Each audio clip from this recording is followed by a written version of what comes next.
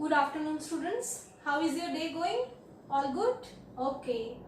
So before proceeding towards our lesson, today I am going to draw something for you and you have to guess it. Here we go. I will just give you an outline. Try to figure it out, okay? Can anyone understand it? Try to guess. Yeah. Yes? Anyone?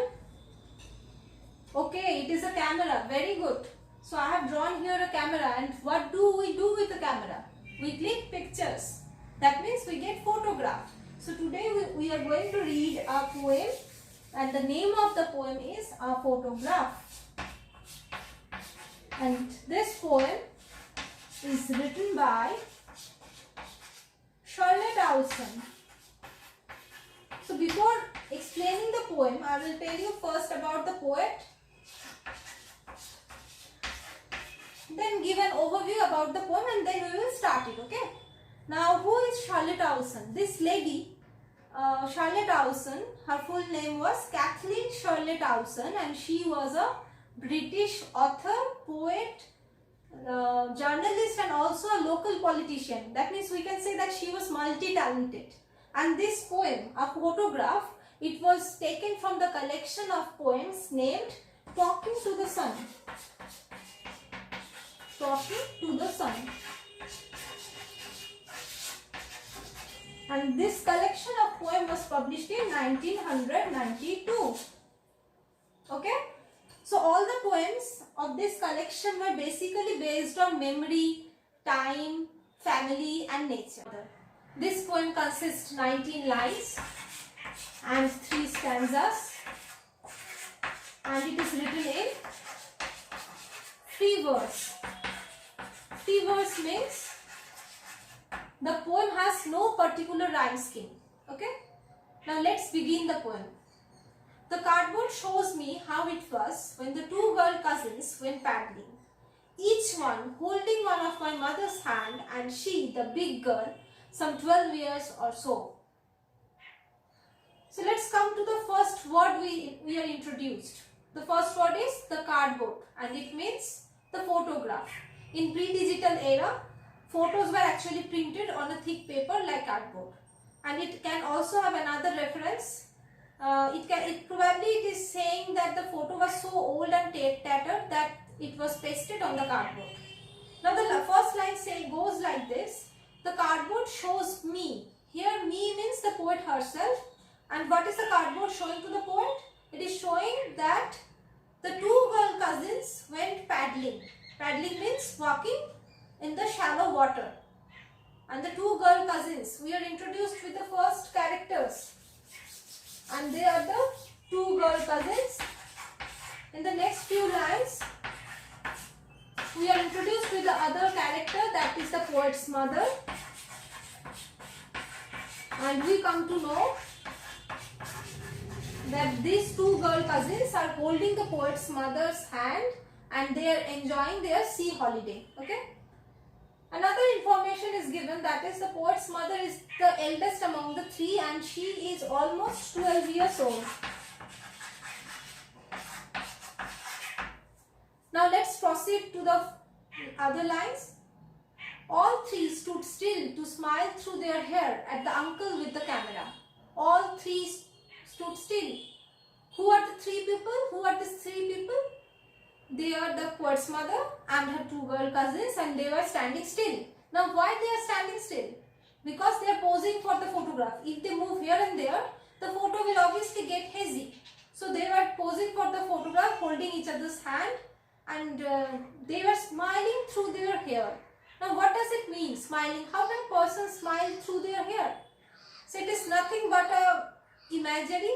But you have to understand that the windy weather of the seashore has somehow disrupted their hairstyle, and it has somehow brought their hair on the face. And at that moment, the picture was clicked. And who clicked the picture? Can anyone tell me who clicked the picture? Raise your hands. Yes? Yes, the uncle clicked the picture. Very good. So the uncle clicked the picture.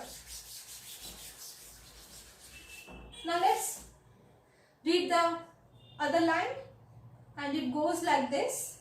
A sweet face my mother's, that was before I was born. A sweet face.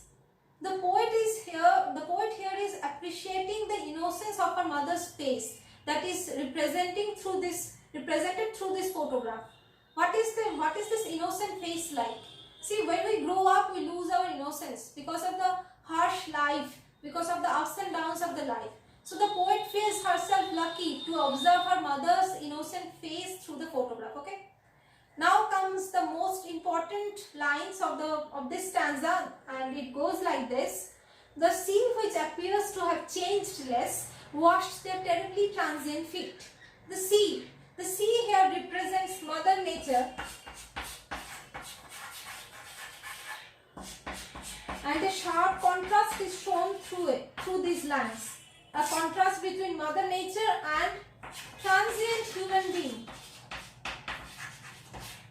Transient human being. And what does transient mean? Transient means temporary.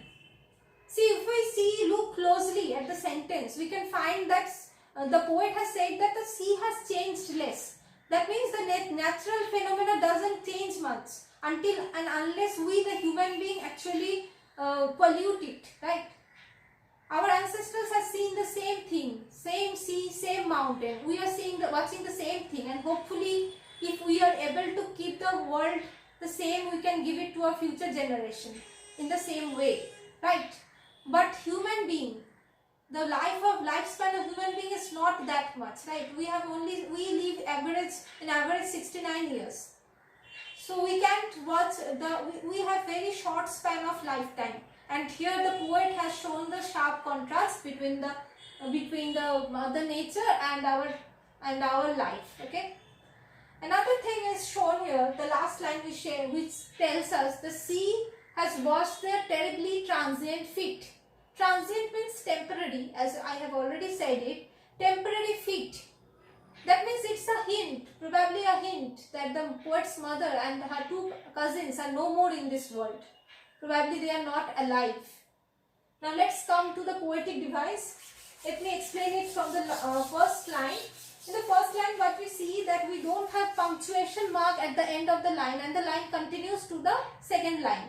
This poetic device is called enjambment. Enjambment.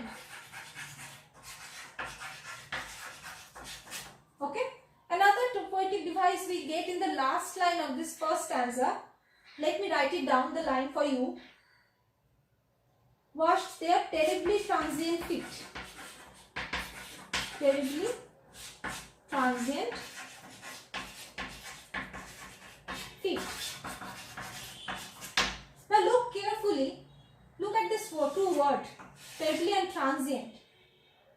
Both the words have the T sound in the beginning, T consonant, right? When these such things appears in a sentence, when we get words which starts with the same consonant word and it appears one and the word comes one after another, we get the poetic device that is called alliteration. A-double-L-I, alliteration. Now, let's focus in these two words. Transient feet. How can a feet only be transient?